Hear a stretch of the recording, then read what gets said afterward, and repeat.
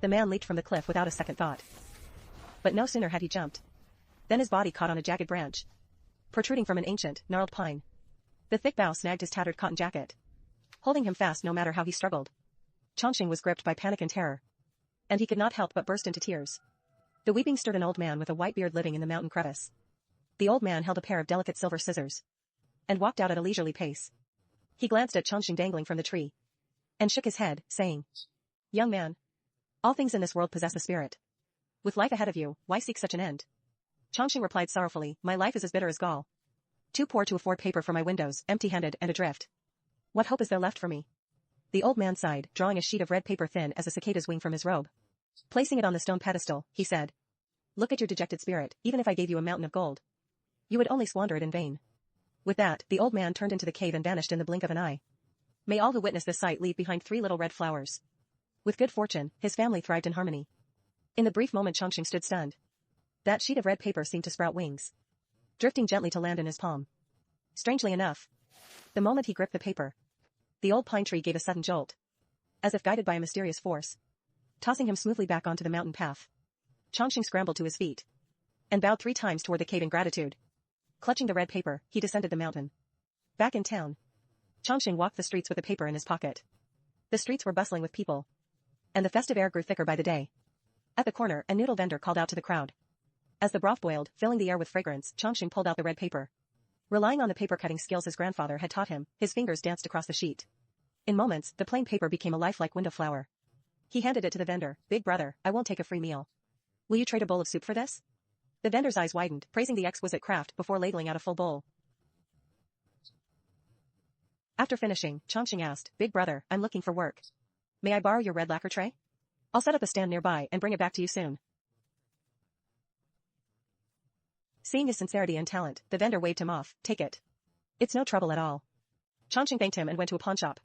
"Shopkeeper, this is an antique lacquer tray. May I leave it as a deposit for a few strings of cash to buy vermilion paper? I'll be back tomorrow to redeem it." The shopkeeper took a look, noting the tray's sturdy quality, and handed him several hundred coins. Chongqing tucked the money away. He turned and bought high-quality rice paper and red dyes, along with 2 finely crafted carving knives. Back in his room, he worked day and night, perfecting the long-lost art of traditional paper cutting. The designs he cut looked like cranes soaring to the heavens, or koi swimming through gentle streams. Every piece seemed to come to life. The next morning, he set up a stall on the street, displaying his finished window flowers. As luck would have it, the townspeople had never seen such exquisite work. Intrigued by the novelty and the auspicious patterns, they swarmed to buy them. In less than an hour, his entire stock of paper cuts was sold out. Chongqing crouched by the wall, counting his coins. After covering costs, he had a good profit. He hurried back to the pawnshop, redeemed his antique lacquer tray, and bought a pair of bright red lanterns to gift to the noodle vendor as a token of his gratitude. Seeing his integrity, the vendor praised him as an honest man. From that day on, Chongqing devoted himself to the art of paper cutting.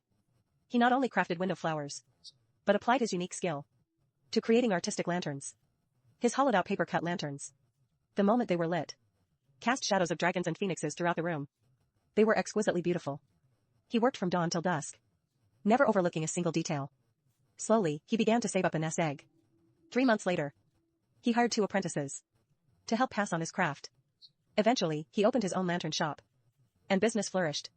With such careful planning and 3 years of diligent work, Chongqing built a bright, spacious home and became a renowned folk artist far and wide. Come the winter of the 4th year, he married a sensible and talented young woman. On their wedding day, he brought his new bride, carrying the finest lantern he had ever crafted, to find the white-bearded hermit on the mountain. But the cave was completely empty. On the stone table lay only a piece of red paper cut into the shape of a spirit fox. On the back, a line of small script read, "With sincerity of heart, even withered trees bloom in spring. With integrity and diligence, blessings shall surely follow. May all those who keep faith find their lives." Open the CiMee TV app and watch the full series now.